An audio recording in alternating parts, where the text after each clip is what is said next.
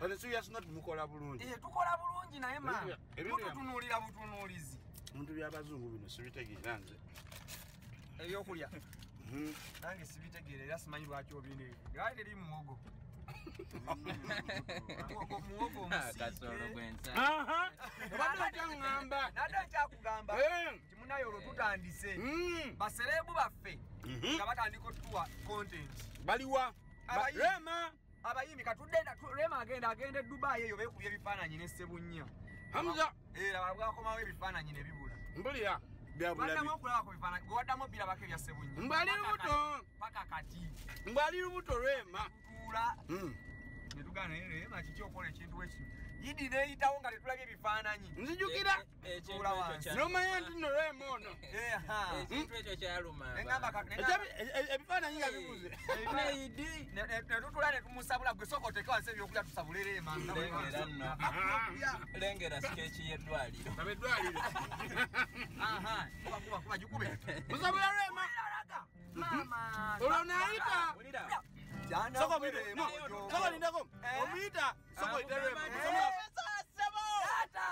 Mwana Rema alimbanya ebifaananyi bukyanga agira tetulabayo yadde mutuweereyo obugambo omwana tuyo Ulira Aya Ngejo feeling oluyimba Ulira Jana gwere mojogo kuvanwe wave Dubai nsobera ebifaananyi mwakuba ndibota naye ati titwabibona amazima oba omusawo yakwata njabala wandibadde tugambye ne tumanya Rema kati omwaka mulamba gy'omusajja mugala lolimba Remo kuvalwe wave Dubai wafuuka mutamireta olaba ne kuyidi tetwakulabyeko wafuuka eta jana gwe kata kubirekezo tobanga waddayo mu makage kankubire musuza tobanga waddayo mu makage jikwe olwo muli kurema ngayagenda Dubai n'ataba bifaananyi nemumutabukira tutabuka ba social media in-laws so bakama bange omusajja mumuleka aliye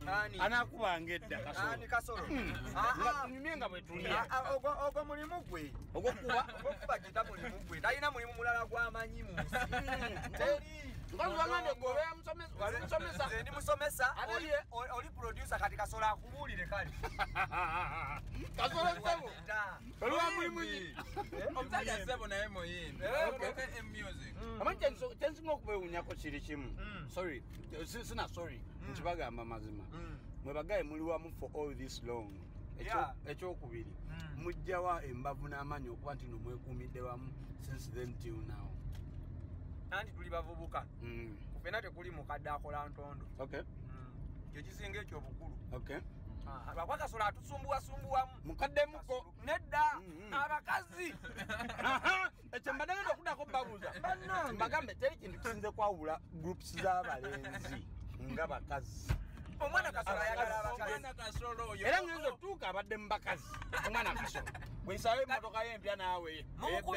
Mumukubire essimu. Kasolo jangu tukole. Kasolo ngali mu bakazi.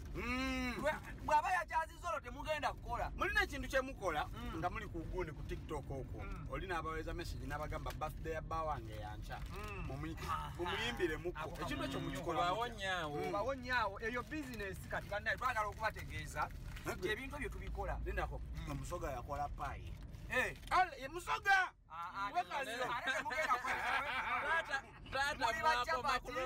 Muli bachapati mbadde mmanyi ne payi musoga yagikola kakati ate bino byaffe baganda mwana kale bali kyagamba nti bana eyo business mikwano tunuze eno kamera fanule mu kamera nkyogere fenga group yaffe tukola birthday surprises ngoyagala kuyimbira mu wagalwawo mama wo taata wo obani obane bogala kumuwereza buwereza ka dedication ka surprise tubukola mu bulungi ke twasembye kolano za kade ka Madrat Madrat twamukolede mukyala we yabadde birthday ne tumukolera tukola buli kimu tuyomba bwoba ina mujjawo nga yakunyiza tusobola okujja ne tumuvuma kamuze ngambadde nkola kalango nga nze ndawusi njagala business ya mwindandika bwenti bannaya nogwe yagala okuyomba naye tusobola okuyombera ku mukolo abantu ne batya olina kimanya bwekuba kuvuma kwa beeyi akabeeyi kabakanjawulo kati olw'ebigambo ebivuma mubijjawa tulina ebivuma ebipya okuva e China